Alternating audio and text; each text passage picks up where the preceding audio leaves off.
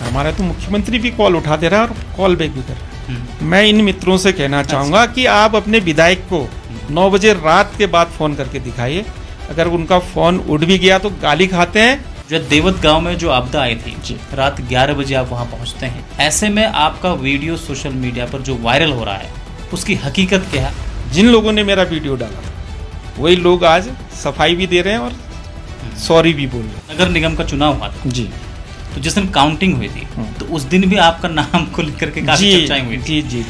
तो आप पर आरोप ये लगाए जा रहे थे कि आप जो है जहाँ पर काउंटिंग हो रही थी आप उसके अंदर चले गए थे। मैं ये राजनीति में बहुत ज़्यादा तुच्छ राजनीति का कभी प्रशंसा कर रहा हूँ। मैं अपने दल के अंदर भी अगर कोई गलत राजनीति करता है तो मैं उसका विरोध करता हूँ। क्या 2027 में आपको भाजपा की तरफ से विधायक का दावेदार के तौर पर देख सकते हैं? और मैंने घास भी काटा है, हल भी जोता है और धान की रुपाई भी की है और धान की और गेहूं की बुआई भी की है। राम जन्मभूमि का आंदोलन चला तो यहाँ पे पुलिस लाइन में भारतीय जनता पार्टी और संघ से जुड़े लोगों की गिरफ्तारी थी। उस गिरफ्तारी में मैं भी 14 साल का बच्चा था, जो मेरा भी अभी भी रिकॉर्ड में देखोगे तो मेरा नाम भी उस गिरफ्तारी में शामिल है। कहा करते थे यार गणेश, अगर मैं कभी मुझे मौका मिला तो मैं मेरा पहला लक्ष्य ये होगा, मैं इस नैनी सैनी से हवाई जहाज चलाऊं, और ये करके भी दिखाया।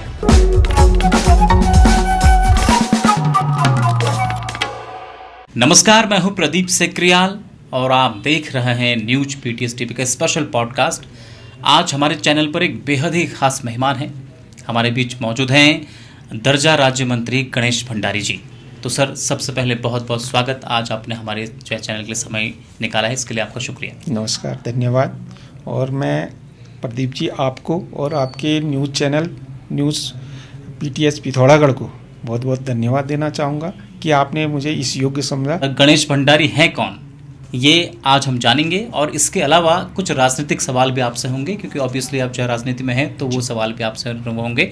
लेकिन उससे पहले आपका इंट्रोडक्शन, आप कहाँ से हैं और आपकी स्टार्टिंग एजुकेशन के संबंध में भी कुछ। जी नमस्कार सभी न्यूज़ पीटीएस के दर्शकों को, और धन्यवाद प्रदीप जी के साथ साथ सभी दर्शकों को।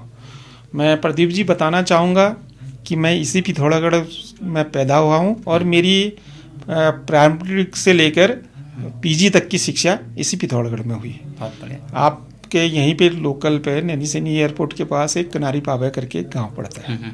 मेरा जन्म भी वहीं पे हुआ है और मैंने प्राइमरी की शिक्षा भी वहीं पे प्राप्त की है। उसके बाद 1-2 सालों के लिए मैं पिताजी आर्मी में होने की वजह से मैं उनके साथ जाने का मुझे सौभाग्य प्राप्त हुआ राजस्थान जोधपुर में। उसके बाद मैंने जूनियर हाई स्कूल मैंने मिशन इंटर कॉलेज पिथौरागढ़ से किया है, और मैंने हाई स्कूल की परीक्षा इंटर कॉलेज शासन से की है, और इंटर की कक्षाएं मैंने जीआईसी पिथौरागढ़ से किया है। उसके बाद जो पीजी की शिक्षा मैंने राजकीय स्नातकोत्तर महाविद्यालय पिथौरागढ़ से मेरी शिक्षा पूरी हुई है। और मैं बताना चाहूँगा कि मैं एक बेहद गरीब परिवार से आता हूँ। मेरे पिताजी आर्मी में थे, वर्तमान समय में वो रिटायर में ओनली कैप्टन पद से रिटायर हुए हैं, और मैंने पूरी जिंदगी अपनी ग्रामीण परिवेश में जी है। मैं आपको बताना चाहूँगा कि मैंने अपनी शिक्षा के साथ साथ, मैं जब राजस्थान जोधपुर से आया जूनियर हाई स्कूल में, तो कक्षा 6 में मैं जो आपका कनारी पावे है, और वहाँ से मैं मिशन इंटर कॉलेज में पैदल आया करता था। तब तो ऐसे संसाधन भी नहीं थे और न ही इतने अच्छे रास्ते थे। तो मैं सुबह 8 बजे अपने गांव से निकलता था, 9:30 पौने 10 में मैं मिशन में था। उसके बाद शिक्षा करने 3:30 बजे जब हमारी छुट्टी में 5 बजे लगभग घर पहुंचता था। लेकिन उसके बावजूद मैं आपको बताना चाहूँगा कि जब मैं 8 बजे यहाँ स्कूल के लिए तैयार होता था, उससे पहले मैं अपने घर के, क्योंकि माताजी और हम 2 भाई थे, तो उसके अलावा तीसरा हम 3 ही लोग थे, तो माताजी के कामों में हाथ बढ़ाने का भी हमारा फर्ज होता था। तो हम सुबह घर का काम भी करते थे, जैसे गाय को धोना है, कभी कभी गाय का दूध भी निकालना पड़ता था, तो कई गाय खेतों में जाके हल भी चलाना पड़ता था, और शाम को जैसे कभी माता जी घास काटने जाती थी जंगल में, तो घास अपनी पीठ में लेके भी आना पड़ता था। उसके साथ साथ शाम को जैसे कभी अनाज, हमारा नैनी सैनी में भी जो एयरपोर्ट है वहाँ भी हमारे खेत हुआ करते थे और अभी भी है। तो हम वहाँ से लेकर रात शाम को जब हम स्कूल से जाते थे, उसके बाद खाना पीना खा के रात को हम सभी बच्चे तो वहाँ कनारी बाबे से एक बहुत बड़ी चढ़ाई हुआ करती थी, वो प्रसिद्ध चढ़ाई है, इसके ऊपर गाने भी बने हैं उस चढ़ाई के ऊपर। तो हम उस चढ़ाई को नीचे फिर नैनी सैनी आते थे, वहाँ से हम अनाज की बोरियों को और अनाज के जैसे पराल कहते हैं जो धान को बीज निकालने के बाद जो घास बच जाती है उसको अपनी पीठ में ले जाकर रात को हम वापस अपने गांव कनारी जाते थे।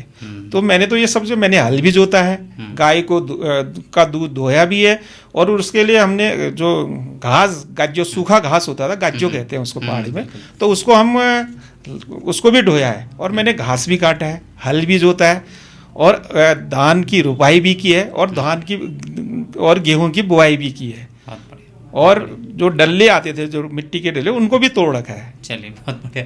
तो कुल मिलाकर गांव की मिट्टी से आपका जुड़ाव है। तो आपके फादर आर्मी में थे जी, तो वो क्या चाहते थे कि आप आर्मी में जाएं या क्या बने, क्या मतलब आपका रुख जो है कि राजनीति की तरफ कैसे हुआ? ये भी एक बहुत बढ़िया आपने सवाल पूछा।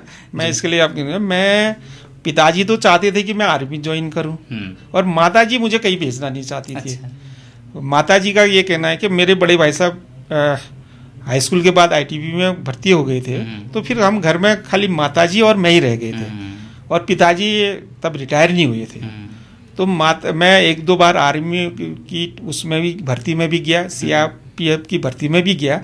मैं सीआरपीएफ में एसआई में मेरी वो हो गई थी, लेकिन माताजी ने मुझे जाने नहीं दिया। अच्छा, और शायद मेरे इष्ट देवताओं का और मेरी माताजी का प्यार था कि मैं आज अगर उस वक्त सीआरपीएफ में चला गया होता, शायद देश सेवा कर रहा होता। लेकिन आज मुझे माताजी का इतना बड़ा आशीर्वाद है, मेरी माताजी जो कि मैं ये कह सकता हूँ कि आज मैं देश सेवा आर्मी के थ्रू तो नहीं कर पाया, लेकिन एक सामाजिक और राजनीतिक जीवन में होने के कारण मैं आज समाज सेवा कर रहा हूँ। ये सब मेरी माताजी का आशीर्वाद है। चलो बहुत बढ़िया, बहुत बढ़िया। अच्छा, आपका जुड़ाव भाजपा के साथ कब हुआ? मैं आपको बताना चाहूँगा कि मैं 91 में जब राम जन्मभूमि का आंदोलन हुआ था, तो मैं यहीं हाई स्कूल में पढ़ा करता था।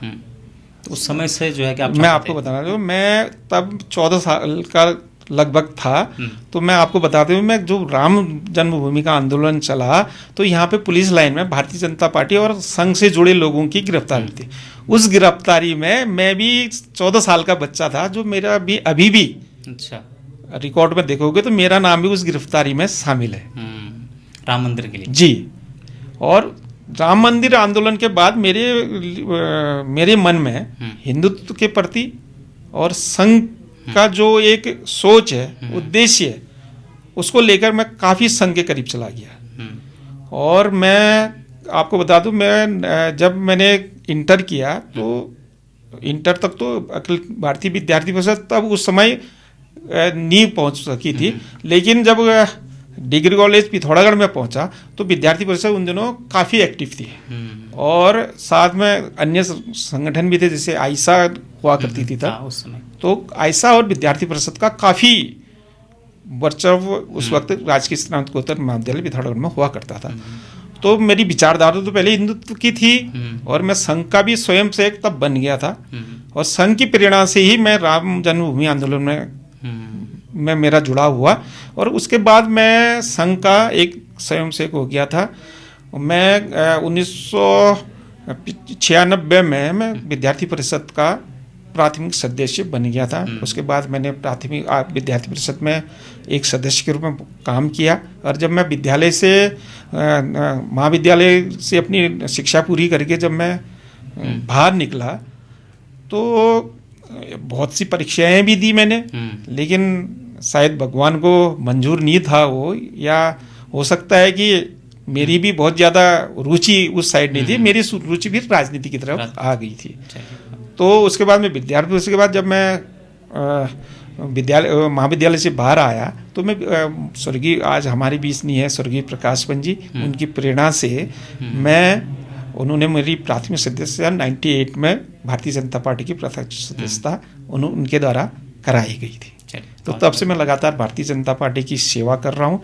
और भारतीय जनता पार्टी आज मैं जो भी हूँ ये मेरी पार्टी और मेरे जो आदर्श हैं राजनीतिक रूप में माननीय भगत सिंह कोश्यारी जी और वर्तमान में माननीय मुख्यमंत्री जी, उन्होंने मुझे बहुत तभी से जब मैं सन 2000 के आसपास सक्रिय भारतीय जनता पार्टी की राजनीति में आ गया और सन 2000 में मैं भाजपा में काम करना शुरू कर दिया था। तो कौन कौन से पदों में रहे? मैं फिर सौभाग्य से जब 2002 में अलग उत्तराखंड राज्य बना, उसके बाद माननीय भगत सिंह कोश्यारी जी जब भारतीय जनता पार्टी के प्रदेश अध्यक्ष थे और सौभाग्य से जिनका मुझे अभी तक भी बहुत ही अगाध प्रेम और स्नेह और प्यार मिलता है, माननीय पुष्कर सिंह धामी जी तब युवा मोर्चे के हमारे प्रदेश के अध्यक्ष हुआ करते थे और उनके प्यार और स्नेह से और मेरी जो भारतीय जनता पार्टी के प्रति जो सक्रियता थी उन्होंने मेरे ऊपर ये गुण देखा। माननीय भगत सिंह कोश्यारी जी ने ये गुण देखा, माननीय प्रकाश पंत जी ने ये गुण मुझ पे देखा। तो 2004 में तो मुझे युवा मोर्चे का जिला अध्यक्ष बना दिया गया और मुझे भगत सिंह कोश्यारी जी के नेतृत्व में काम करने का मौका तभी से मिल गया था। माननीय पुष्कर सिंह धामी जी के नेतृत्व में मुझे काम करने का मौका तभी से मिल गया था। 2004 से लेकर 2008 तक मैं युवा मोर्चे का अध्यक्ष रहा। उसके बाद मुझे प्रदेश कार्य समिति का युवा मोर्चे का सदस्य बनाया गया और उसके बाद मैं भारतीय जनता युवा मोर्चे का प्रदेश मंत्री बना और उसके बाद मैं 2013 तक मैं भारतीय जनता युवा मोर्चा से मैं पदाधिकारी के रूप में काम किया 2013 तक। उसके बाद 2013 में मैं भारतीय जनता पार्टी का जिला महामंत्री बना वो 2015 तक और 2015 में मैं माननीय सांसद अजय टमटा जी का सांसद प्रतिनिधि पिथौरागढ़ जिले का बना और इसके लिए मैं सांसद जी का भी बहुत बहुत आभार प्रकट करता हूँ। उन्होंने भी मेरी हर संभव मदद की और राजनीति में आगे बढ़ाने का उन्होंने भी मुझे मौका दिया। तो उसके बाद 2019 तक मैं उनका प्रतिनिधि रहा माननीय अजय टमटा जी का, जो वर्तमान समय केंद्रीय मंत्री के रूप में भारत सरकार की सेवा कर रहे हैं और इस पिथौरागढ़ और अल्मोड़ा की भी सेवा कर रहे हैं।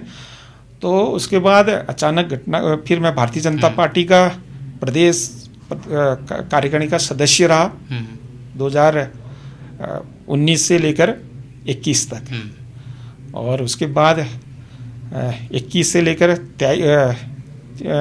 अभी वर्तमान समय तक मैं भारतीय जनता पार्टी का प्रदेश कार्य समिति सदस्य भी हूँ और इस बीच मैं चंपावत जिले का भारतीय जनता पार्टी का सहप्रभारी होने के भी नाते काम कर रहा था।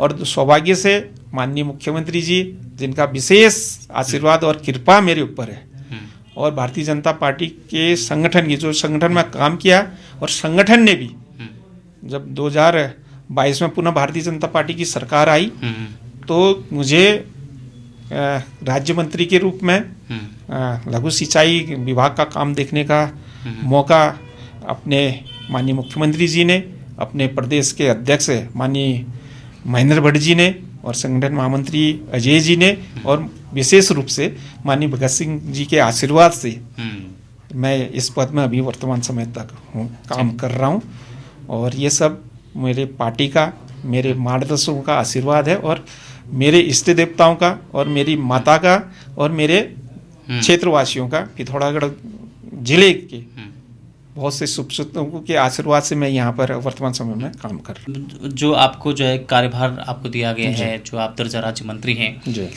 इसकी क्या क्या जिम्मेदारी है? क्योंकि जो दर्शक ये भी जानना चाहेंगे कि दर्जा राज्य मंत्री जो होते हैं उनका काम क्या होता है? अब एक तरीके से संवैधानिक तरीके से तो बहुत ज़्यादा ना आर्थिक अधिकार हमारे पास रहते हैं ना अन्य अधिकार, लेकिन विभाग के हिसाब से अपने विभाग में जो कार्य हो रहे हैं उनका निरीक्षण के साथ साथ उनकी गुणवत्ता का ध्यान भी हमें देना पड़ता है और जो हम क्या कर सकते हैं जो जैसे लघु सिंचाई विभाग मेरे पास है, तो हम कृषक भाइयों के लिए और काश्तकारों के लिए क्या ऐसी योजनाएं दें और कहाँ पे उनके पास उनकी समस्या है सिंचाई से संबंधित। तो क्योंकि लघु सिंचाई विभाग में किसानों से संबंधित काम ज़्यादा होते हैं, चाहे आप छोटी छोटी गूल हैं उनको दें, और उसके साथ साथ जल संवर्धन का काम भी हम इसे के माध्यम से करते हैं, क्योंकि हमारे विभाग में जल संवर्धन का काम भी अब शुरू होने लग गया है।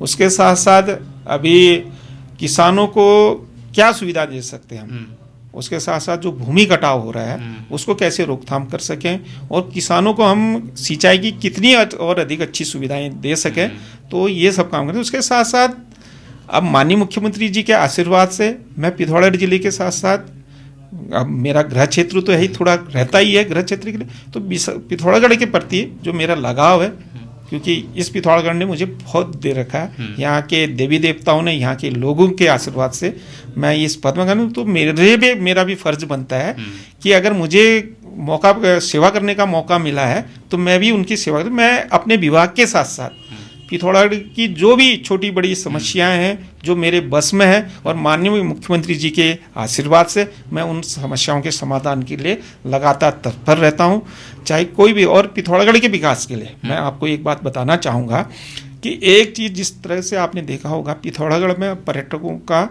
बहुत ज़्यादा आवागमन शुरू हो गया है।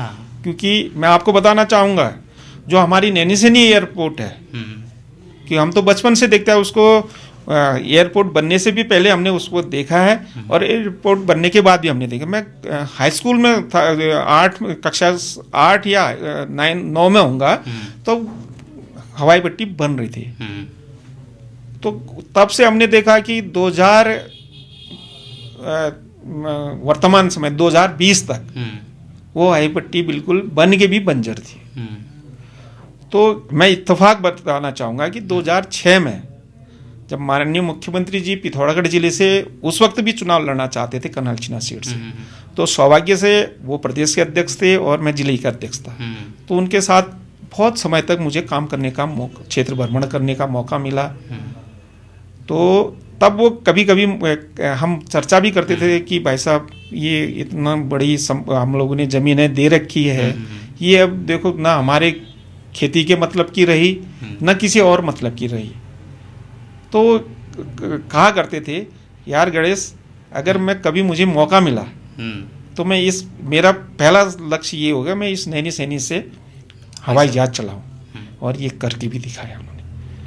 और मैं आपको एक बात और बताना चाहूँगा कि माननीय मुख्यमंत्री जी के पदभार ग्रहण करने से पहले तक एक प्रयास माननीय प्रकाश पंत जी ने किया था, नैनीसैनी से हवाई जहाज उड़े, लेकिन दुर्भाग्य से, हमारा दुर्भाग्य कहें और पिथौरागढ़ का दुर्भाग्य है कि प्रकाश पंत जी असमय हमारे बीच नहीं रहे। तो उनके जाने के पश्चात ये हवाई पट्टी फिर से सुनी हो गई थी। लेकिन जैसे ही माननीय मुख्यमंत्री जी ने 2021 में शपथ ली मुख्यमंत्री पद की, मुख्य सेवक बनने की, तो हम जब उनसे देहरादून में उनसे मिले, बधाई देने के लिए गए, तो मैंने उनसे मजाक में यही कहा, दाजू अपना वादा मत भूलना। तो उन्होंने मजाक में पूछा क्या, हंसते हुए उन्होंने जवाब क्या, मैंने कहा जो नैनीसैनी से हवाई जहाज चलाने का अपना सपना 2006 से था, तो आप जरूर इसको पूरा करना। तो मैं सौभाग्य कहूँगा, और मुझे एक जिम्मेदारी दी थी माननीय भगत सिंह कोश्यारी जी ने और पुष्कर सिंह धामी जी ने। एक दिन नैनीसैनी एयरपोर्ट में ही उनका स्वागत के लिए हम पहुंचे थे, तो उस दिन भी मैंने जो काश्तकारों की कुछ समस्याएं थी, कुछ आवासों की भी समस्याएं थी, क्योंकि हम जो हवाई पट्टी को चलाने के लिए कुछ मकानों का हटना बहुत ज़रूरी था। तो ये 2000 से लेकर 2022 तक कोई नहीं कर पाया। मुझे ये कहने में अशोक्ति नहीं होगी, चाहे भाजपा के बड़े बड़े नेता रहे हों या कांग्रेस के बड़े बड़े नेता रहे हों। आज के डेट में बहुत से लोग दावा कर रहे हैं कि हमने हवाई सेवा शुरू कर दी, हमने हवाई सेवा। मैं उनसे पूछना चाहता हूं कि जो 8 मकान हमने हटवाए, लोगों को बिठाया, उनको समझाया, बहुत से लोगों को नुकसान भी हुआ, बहुत से लोगों को हमने संतुष्ट भी किया। मुझे अभी भी पीड़ा है कि 2-4 लोगों का हम अभी ठीक तरीके से मुआवजा नहीं दे पाए। मेरा अभी भी प्रयास चल रहा है कि उनको भी जैसे वर्तमान समय अन्य लोगों को मुआवजा मिला उनको मिले। तो हमने उन मकान वालों से बातचीत की, प्रशासन से बातचीत की, मैं बताऊंगा कि आपको प्रशासन के अधिकारी भी बहुत ज़्यादा इंटरेस्ट नहीं लेते, क्योंकि किसी का मकान तोड़ पाना तो बहुत टेढ़े खीर है। तो हमने प्रयास किया, मैंने सभी लोगों से मिला, मुझे 6 महीने लगे इसमें। तो लास्ट में अंतोगत्वा अगर अपना ध्येय अच्छा है तो ऊपर वाला भी मदद करता है, ठीक। तो लोग माने, हमने बहुत से लोगों को उनके मुआवजा भी दिया और वो आखिरकार वो मकान हटे।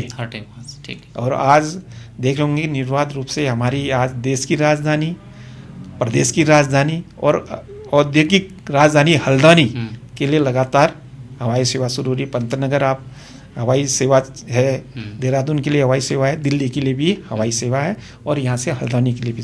और मैं आपके इस न्यूज़ चैनल के माध्यम से आपके दर्शकों को भी बताना चाहूँगा कि बहुत जल्दी हम यहाँ से नैनीसैनी हवाई पट्टी से मुंशियारी और धारचूला के लिए भी हेली सेवा शुरू करने वाले हैं। ये तो अच्छी बात है जी। जो देवत गांव में जो आपदा आई थी, रात 11 बजे आप वहाँ पहुँचते हैं। बिल्कुल, ये एक अच्छी बात है कि आप रात को 11 बजे वहाँ पर पहुँचे। लेकिन वहाँ जब आप गांव वालों के साथ आपकी बातचीत हो रही थी, फिर सीएम ऑफिस जो आपके द्वारा फ़ोन किया जा रहा था, तो ऐसा लग रहा था कि शायद आपका फ़ोन नहीं उठ रहा है, ऐसा सोशल मीडिया में चलाया जा रहा है, या क्या हकीकत है?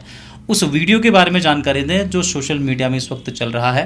आप सीएम ऑफिस में आपके द्वारा कॉल किया जा रहा है, वहाँ पर आपके साथ गांव के लोग भी हैं और एक वहाँ पर अफरा तफरी का जैसा माहौल है और हड़कंप गांव में मचा हुआ है। रात 11 बजे आपदा का समय है। ऐसे में आपका वीडियो सोशल मीडिया पर जो वायरल हो रहा है, उसकी हकीकत क्या है, आज हमारे दर्शकों के सामने रखिए प्लीज़। धन्यवाद। मैं इसलिए आपको बहुत बहुत धन्यवाद देना चाहूँगा कि आपने बहुत अच्छा सवाल पूछा और मैं भी चाह रहा था कि ये सवाल आप मेरे से पूछें ताकि हकीकत में आपके माध्यम से पूरी पिथौरागढ़ की जनता को के सामने रख सकूं। मैं उस दिन लगभग 9 बजे जब मैं अपने आवास में भोजन कर रहा था तो वहाँ के नवनिर्वाचित ग्राम प्रधान जी का मुझे फ़ोन आया कि भाई साहब पहाड़ी से बोल्डर फिर गिरने लग गई है। और उस वक्त बरसात भी बहुत तेज़ गति से हो रही थी।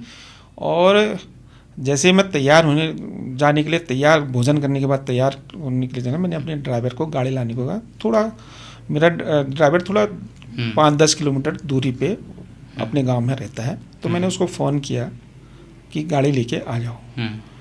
उसके तुरंत बाद मैंने जिलाधिकारी महोदय को फ़ोन किया, एसडीएम महोदय को फ़ोन किया और एडीएम को भी फ़ोन किया।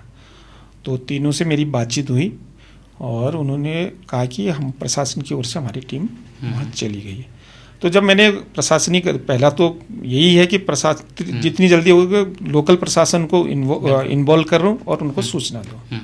तो तब तक तहसीलदार महोदय वहाँ पे पहुँच गए थे और मैं जैसे तैयार हो रहा था वहाँ जाने के लिए, मैंने घर के कपड़ों में मैं जूता डाल के मैं तैयार हूँ। मैंने ड्राइवर को आने में अभी आधा घंटा लगने का समय था। तब तक मेरे दिमाग में आया क्यों ना मैं मुख्यमंत्री जी को फ़ोन कर लूँ। तो मैंने माननीय मुख्यमंत्री जी को फ़ोन किया। तो उस वक्त माननीय मुख्यमंत्री बिजी थे, लेकिन उनके जो डे अफसर थे, कोई विकास करके थे उस दिन शायद, तो उनका मुझे कॉल बैक आया। उन्होंने कहा कि सीएम साहब बात करना चाहते हैं। तो मैंने उनको विषय तो बता ही दिया था कि ऐसा ऐसा हो गया, जहाँ पहले दिन एक घटना से एक बच्चे की डेथ हो गई थी और 4 लोग घायल हो गए थे। तो उनको जो भी हमने उससे पहले जिस दिन वो घटना घटी तो हमने मृतक के परिजनों को हमने 4 लाख रुपया प्रशासन से आर्थिक सहायता दिलवा दी थी। और जिन बेचारों का मकान टूटा था तो उनको जो देवी आपदा के मानक है, उस मानकों के अनुसार हमने उनको धनराशि तुरंत रिलीज करवा दी थी। और जो उनका सामान भी टूटा था तो उसकी भी धनराशि मैंने प्रशासन से कह के जो उचित धनराशि हो सकती थी, जितनी अधिकतम मानकों में, उस धनराशि को हमने रिलीज करवा दिया था। और क्या कहते हैं, जो गांव वालों को डर का माहौल होता ही है, तो हमने उनको अत्यंत शिफ्ट कर दिया था उसी रात, पहले ही रात। तो उस दिन भी जब मुझे सूचना मिली, मैं सीएम साहब का फ़ोन आया कि तुम वहाँ जा रहे हो, जब उनसे मेरी आवास में ही बातचीत हुई, तो उन्होंने कहा आप जा रहे हो वहाँ गणेश, तो एक बार मेरी बात करा देना गांव वालों से। अभी मैं इतनी वो तो नहीं कर, लेकिन मैं अपने ही और से जो भी हर संभव मदद के लिए, और मेरी भावनाएं उनके साथ है क्योंकि मैं भी पिथौरागढ़ का बेटा हूँ करके। तो इत्तेफाक से मेरी गाड़ी आने में आधे घंटे का समय लग गया। तो मैं आपको बताऊंगा कि उस दौरान 2 बार सीएम साहब का फ़ोन मुझे आया है। आप मेरा फ़ोन चेक करके भी देख सकते हैं। मैं अगर आप कहें तो मैं अपना फ़ोन आपको दे सकता हूँ, आप चेक करके दिखा भी सकते हो दर्शकों को। 2 फ़ोन सीएम साहब के आ गए कि तुम पहुँचे नहीं पहुँचे। अब उनको तो पता तो था कि मेरी आवाज़ से वहाँ देवत गाँव कितना, तो उनको आइडिया था 15 मिनट में ये पहुँच जाएंगे करके, क्योंकि उन्होंने तो सब कुछ देखा है। तो जब मुझे आधा घंटा हो गया तो उन्होंने 2 बार फ़ोन किया कि तुम पहुँचे नहीं पहुँचे। अब जैसे मैं यहाँ से पिथौरागढ़ से, बारिश भी बहुत हो रही थी, तो लगभग मुझे 15-20 मिनट वहाँ पहुँचने में लग गए। तो जब मैं पौन घंटे बाद पहुँचा तो मैंने उस वक्त वहाँ पहुँचते ही मैंने पहले लोगों में बहुत आक्रोश था प्रशासन का लेकर भी, तो मैंने उन सबसे पहले वहाँ के लोगों को समझाया, क्योंकि मेरा क्षेत्र था, गृह क्षेत्र था। अब लोगों से हर किसी से मेरी पहचान भी थी, और वहाँ कोई अपने साथ के भी थे, कोई बुजुर्ग भी थे और माताएं भी थी, सबसे मैं घुला मिला तो था ही। तो उन्होंने मेरी बात को समझा।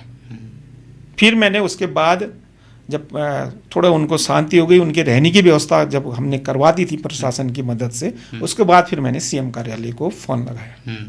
हकीकत में बताऊं, सीएम कार्यालय में फ़ोन लगा रहा था तो वहाँ पे जो डे अफसर थे, 10:15 बजे की बात है, आप मेरे फ़ोन से पूरी डिटेल ले सकते हैं।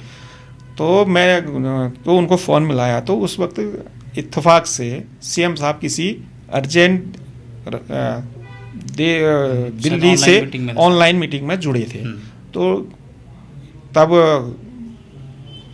मेरा फ़ोन मेरे हाथ में ही था, तो मैंने डे अफसर को फ़ोन मिलाया जो मेरे साथ कांटेक्ट में था, सीएम साहब और मेरे कांटेक्ट में था। तो उसको मैंने फ़ोन किया, तो उन्होंने साहब ठीक है जो हकीकत है, तो उन्होंने कहा कि सीएम साहब की एक अर्जेंट ऑनलाइन बैठक चल रही है, तो उसके बाद मैं आपका मैसेज सीएम साहब को बोल दूंगा। तो अब मैं बताऊंगा कि वही, और ठीक है मैं तो खुली किताब था, तो मैंने अपना फ़ोन ही स्पीकर में रखा था। और हो सकता है वहाँ पे बहुत से लोग थे, उन्होंने उस बात को रिकॉर्ड कर लिया, ऑनलाइन लाइव चल रहा था, तो उसमें से उन्होंने रिकॉर्डिंग ले ली।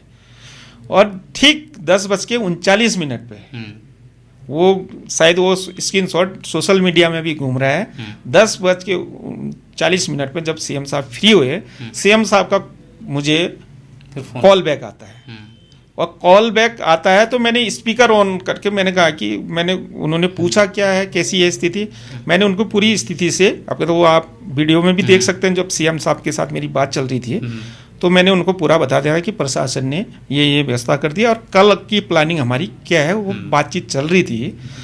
तो उसके बाद सीएम साहब ने कहा मेरी इच्छा है कि एक बार गांव वालों से मैं उनसे बात करके उनको ढास बताना चाहता हूं, और उनकी क्या मांग है मैं उसको सुनना चाहता हूं। तो मैंने स्पीकर ऑन कर रखा था, वहाँ पे जिला पंचायत सदस्य भी थे, ग्राम प्रधान भी थे, और गाँव के सयाने लोग भी थे, और बहुत अधिक संख्या में मातृशक्ति भी बैठी थी। उनको मैंने स्पीकर में फ़ोन करके सीधा लाइव उनसे बात करवाई। तो सीएम साहब ने कहा कि मैं पूरा आपके साथ हूँ, मैं आप लोगों का बेटा हूँ, भाई हूँ, मैं आप लोगों की जितनी मदद हो सकेगी मैं पूरी करूँगा। तो गांव वाले भी शांत हो गए। ये वीडियो आप भी देख सकते हैं, मैंने पोस्ट में डाला भी था, दोनों वीडियो सोशल मीडिया में पड़े थे। तो होता है कुछ लोग आपदा में भी अवसर ढूंढते हैं।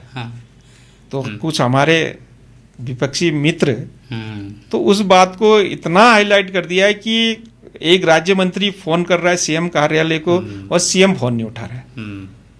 अरे मैं तो ये कहूँगा, जब आपने देखा होगा 2013 में उत्तरकाशी में और केदारनाथ में आपदा आई थी, तो वहाँ का जो तत्कालीन विधायक था वो 36 दिन बाद उस आपदा में गया देखने के लिए, और तब कांग्रेस की सरकार थी और वहाँ जो विधायक था वो कांग्रेस का के थे ना। वहाँ 36 दिन बाद जिस घटना स्थल पर विधायक जा रहा था, उसका मुखिया क्या कर रहा होगा, ये मैं इस चैनल के माध्यम से मैं उन विपक्षी अपने प्यारे मित्रों को पूछना चाहता हूँ कि, और हमारा मुख्यमंत्री 3 बार कॉल करता है, 3 बार कॉल करता है, उसके बाद ग्रामीणों से बात करता है जी। सच कभी नहीं छिपता है, सच कभी नहीं छिपता है। और इस बात का उदाहरण आज सोशल मीडिया में आप देख रहे होंगे। आपने भी तो वो वीडियो देखी होगी। वो वीडियो मैंने भी देखी। अब जो पोस्ट उस दिन पड़ी थी उस पोस्ट में दोनों वीडियो थे, एक डे अफसर से बातचीत का भी और एक सीएम साहब से बातचीत का भी। मैं उन मित्रों से कहना चाहूँगा, एक बार उन गरीब परिवार और प्रभावित परिवारों से मिल तो लो, जिनके सामने मुख्यमंत्री जी ने अपना बात रखी, और उस वीडियो को भी देख लेते। और देखा तो होगा ही सोशल मीडिया में, ऐसा नहीं कि देख, लेकिन विपक्ष का काम है भ्रम फैलाना, अच्छा, अफवाह फैलाना। जो अभी ट्रेंड चल रहा है इस उत्तराखंड में, कैसे भी सत्ता पक्ष को बदनाम करने का ट्रेंड आपने देखा होगा विधानसभा में और अन्य माध्यम। आजकल कुछ विपक्ष जो बौखलाया है, क्योंकि उनको लग रहा है कि 27 में भी हमारी दाल गलने वाली नहीं है। जब तक धाकड़ धामी इस उत्तराखंड में है और केंद्र में नरेंद्र मोदी है, तब तक उनको नहीं लगता है कि हमारी दाल गलने वाली है। तो उन्होंने एक नया फार्मूला अपना दिया है कि सरकार को हम कैसे बदनाम करें, और उन्होंने कुछ इसी टाइप के कुछ न्यूज़ पोर्टल अन्य चीज़ें चला रखी है, और वो चाह रहे कि एन प्रकार करके जो सच है उसको भी झूठ साबित करना। इसका उदाहरण आपने देख लिया होगा इस सोशल मीडिया के माध्यम से भी। जिन लोगों ने मेरा वीडियो डाला था वही लोग आज सफाई भी दे रहे हैं और सॉरी भी बोल रहे हैं। मैं आपको बताऊं, हमारा तो मुख्यमंत्री भी कॉल उठा दे रहा है और कॉल बैक भी कर रहा है। मैं इन मित्रों से कहना चाहूँगा कि आप अपने विधायक को 9 बजे रात के बाद फ़ोन करके दिखाइए। अगर उनका फ़ोन उठ भी गया तो गाली खाते हैं या फ़ोन रिसीव होता है, या फ़ोन उठेगा तो गाली खाएंगे, और फ़ोन नहीं उठाए, फ़ोन तो वैसे उठेगा नहीं, और उठेगा तो गाली खाएंगे। अच्छा। और ये हम पे आरोप लगा रहा है कि मुख्यमंत्री फ़ोन नहीं उठा रहा है। चलिए। और दूसरा मैं एक चीज़ बताना चाहूँगा कि मैं इनसे एक ही बात कहना चाहूँगा कि आपदा में अवसर मत ढूंढिए। अभी देखो, मेरा राजनीति कोई पेशा नहीं है।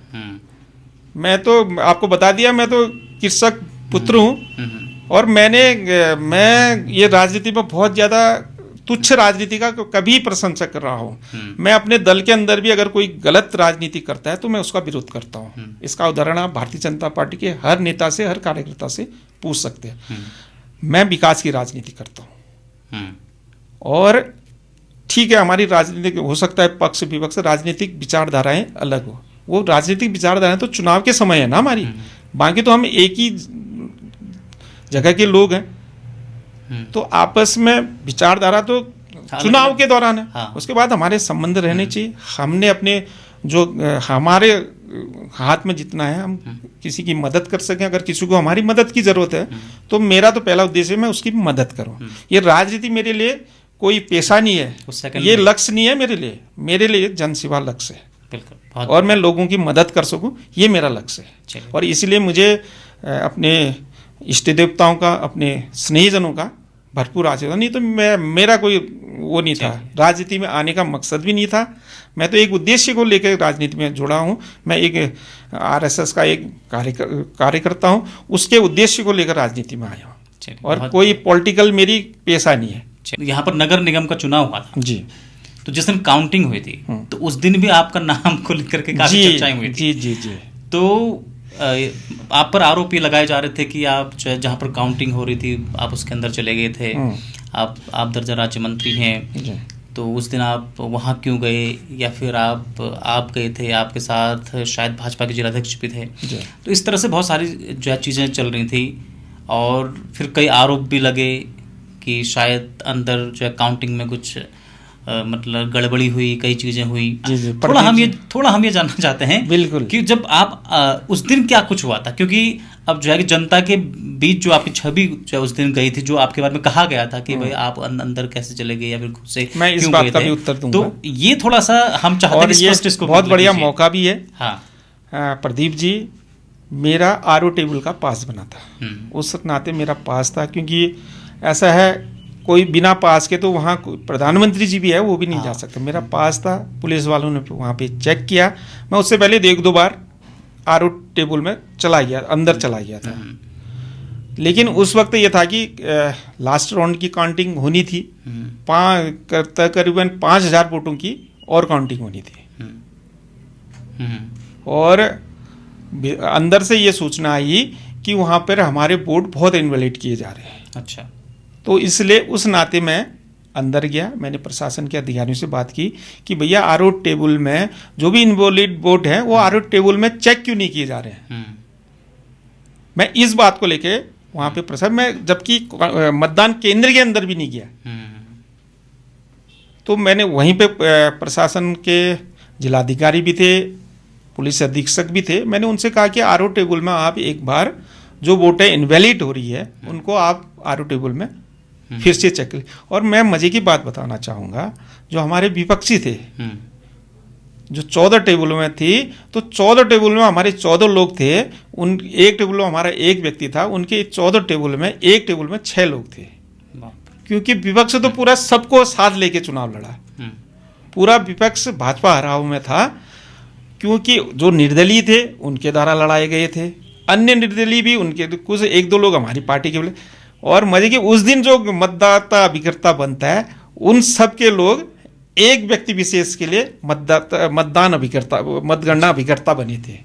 तो उन्होंने हमारे लोगों को इतना डरा रखा था, हमारे लोग तो बोल ही नहीं पा रहे थे, इसलिए उन्होंने कहा कि हमारी वोटें ज़्यादा इनवैलिड हो रही थी। और एक चीज़ बताओ, कोई सरकारी कर्मचारी या अधिकारी किसी नेता का रिश्तेदार लगता है कि जो उसको जिताने के चक्कर में अपनी नौकरी से हाथ धो बैठेगा? ऐसा रिस्क लेगा क्या कोई?